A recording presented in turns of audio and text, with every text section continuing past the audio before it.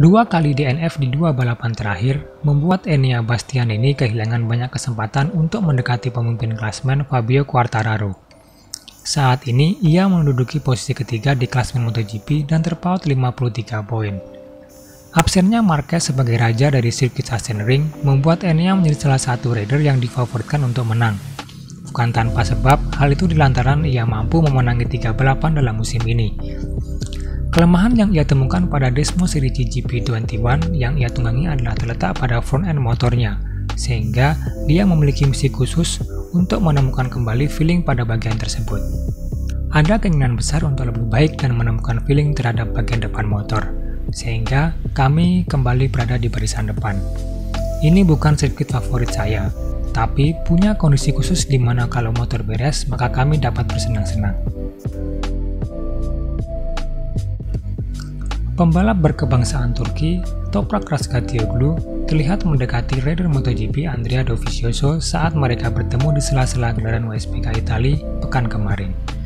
Kesempatan itu pun dimanfaatkan oleh Toprak untuk bertanya-tanya mengenai M1, prototipe MotoGP yang akan ia jajal Juni mendatang di sirkuit Aragon, Spanyol.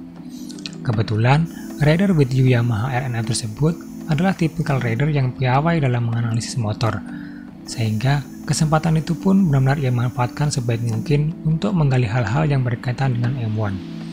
Juara dunia World Superbike musim 2021 tersebut direncanakan akan menunggangi M1 musim depan. Akan tetapi, rencana itu gagal ketika Yamaha harus kehilangan tim keduanya di MotoGP. Toprak harus sedikit bersabar untuk melibas sirkuit dengan motor MotoGP.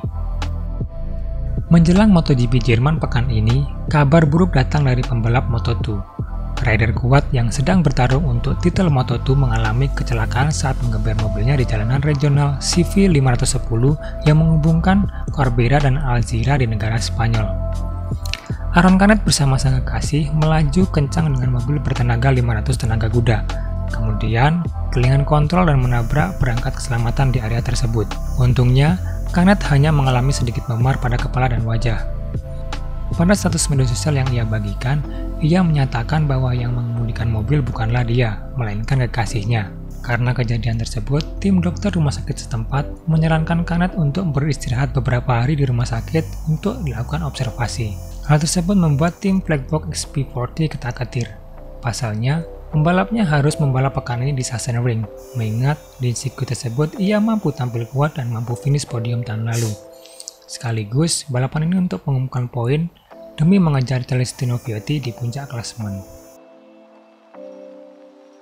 Kepindahan Jack Miller ke tim Red Bull KTM musim depan menjadi pembicaraan hangat para fans MotoGP. Pembalap yang berasal dari Australia tersebut memutuskan berpindah pabrikan karena masa depannya di tim Ducati tidak kunjung mendapatkan kepastian. Performa yang belum konsisten digadang-gadang menjadi alasan utamanya. Apalagi gosip jika salah satu pembalap di tim satelit Ducati akan dipromosikan ke tim pabrikan, membuat posisinya di kursi pabrikan semakin terancam. Akhirnya pada balapan pekan kemarin, ia menyatakan bahwa ia sudah menandatangani kontrak 2 musim bersama tim Red Bull KTM Factory Racing. Perlu diketahui, Netraller sudah membalap bersama Ducati selama 5 tahun. 3 tahun pertama, ia jalani bersama tim satelit Pramac, dan kemudian pada tahun 2021, ia dipromosikan ke tim pabrikan Ducati Lenovo bersama Francesco Bagnaia. Berbeda dengan Jack Miller yang sudah pasti membela Red Bull KTM Factory Racing musim depan, keadaan berbeda dialami oleh pembalap asal Spanyol Alex Rins.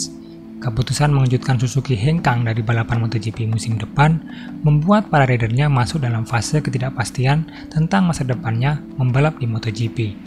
Karir Alex Rins bersama Suzuki bisa dikatakan cukup memuaskan, walaupun dibandingkan dengan tandemnya, ia masih kalah dalam hal konsistensi. Jika dilihat dari susunan pembalap pada musim 2023, hampir semua slot pabrikan sudah diisi oleh para pembalap. Hanya Honda yang masih menyisakan 1 slot di pabrikan. Itu pun kalau Pol Espargaro tidak diperpanjang kontraknya oleh Honda. Ducati juga tidak mungkin merekrutnya, karena mereka sudah mempunyai calon yang mereka ambil dari tim satelit mereka.